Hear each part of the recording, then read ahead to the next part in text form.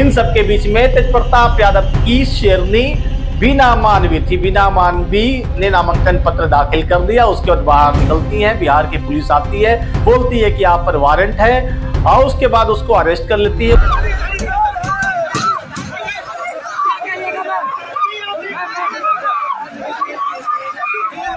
प्रशांत किशोर के कार्यक्रम में जो पहुंचे थे, बिहार के कोने कोने से बुलाए हुए थे, वोटर नहीं थे।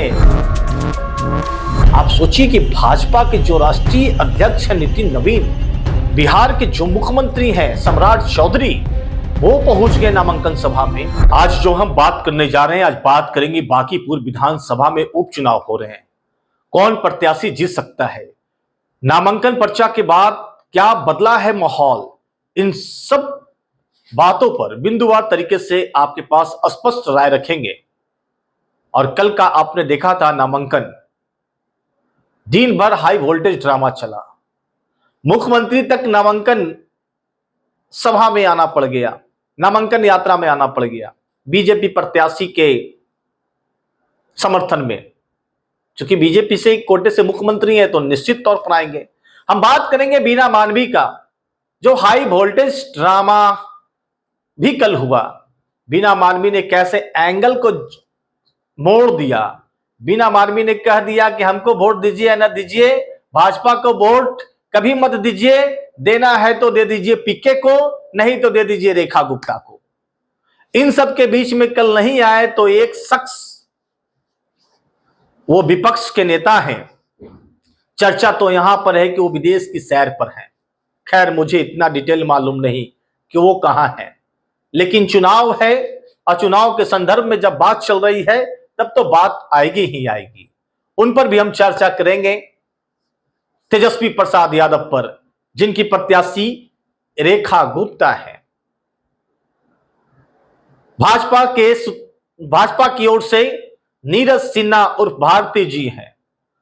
पहले बंटी सिन्हा थे, अभिषेक सिन्हा और बंटी ने मैदान छोड़ दिया। उन्होंने बोल दिया, हाथ जोड़ लिया कि पारिवारिक कारण की वजह से मैं चुनाव नहीं लड़ूंगा। उसके बाद भाजपा ने नई खोज कर 1 घंटा के अंदर में प्रत्याशी को खड़ा कर दिया। इन तमाम बातों पर आज करने वाले हैं चर्चा। वीडियो थोड़ा लंबा हो सकता है लेकिन जरूर देखिएगा, बहुत मजा आने वाला है इस वीडियो में। देखिए, दरअसल चुनाव हो रहा है, भाजपा अनुशासन वाली पार्टी है, इसमें भी कोई दो मत नहीं।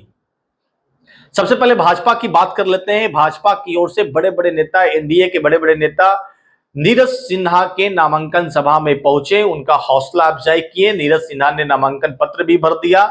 उसके बाद बीजेपी के कार्यकर्ता गदगद थे, बीजेपी के कार्यकर्ता भी खूब संख्या में पहुंचे थे, झंडा वहां लेकर पहुंचे हुए थे।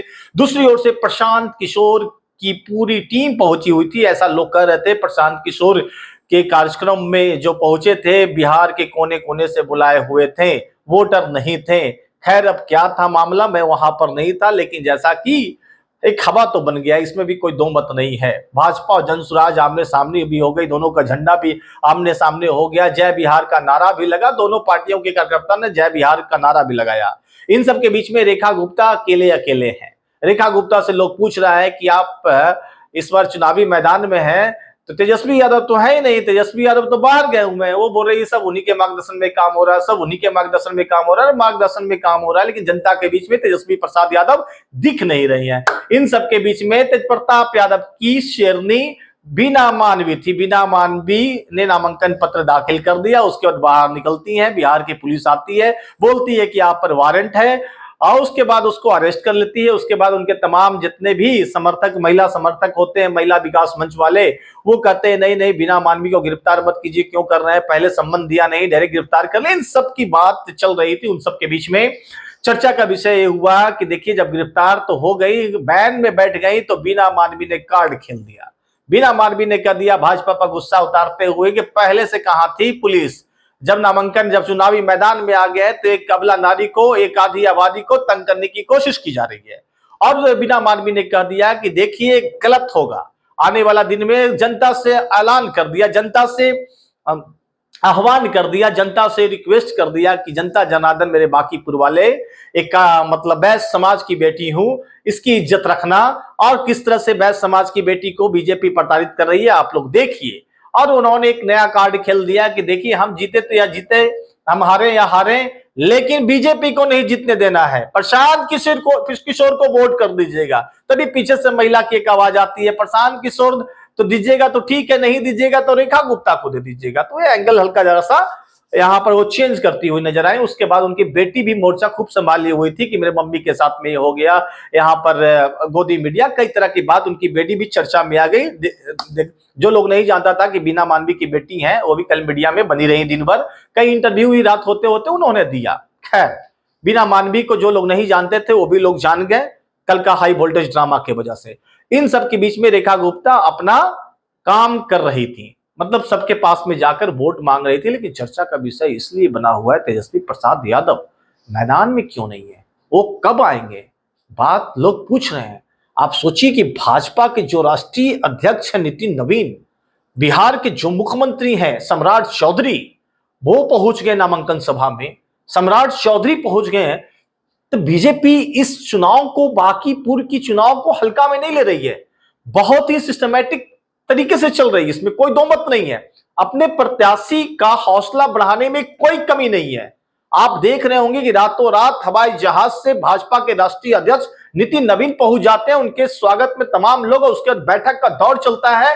चूंकि देखिए नितिन नवीन की पारंपरिक सीट रही है, वो चाहते हैं कि यहां से जो भी बंदा जीते वो हमारा ही आदमी जीते, और इसको लेकर भाजपा जी जान लगा रही है। परंपरागत जो भी सीट रहे, लगातार बीजेपी का गढ़ जो भी माना जाए, लेकिन भाजपा हल्के में नहीं लेगी। और इन सब के बीच में तेजस्वी यादव एकदम शांत है, मौन है। अब आएंगे तो शायद कुछ बोलेंगे।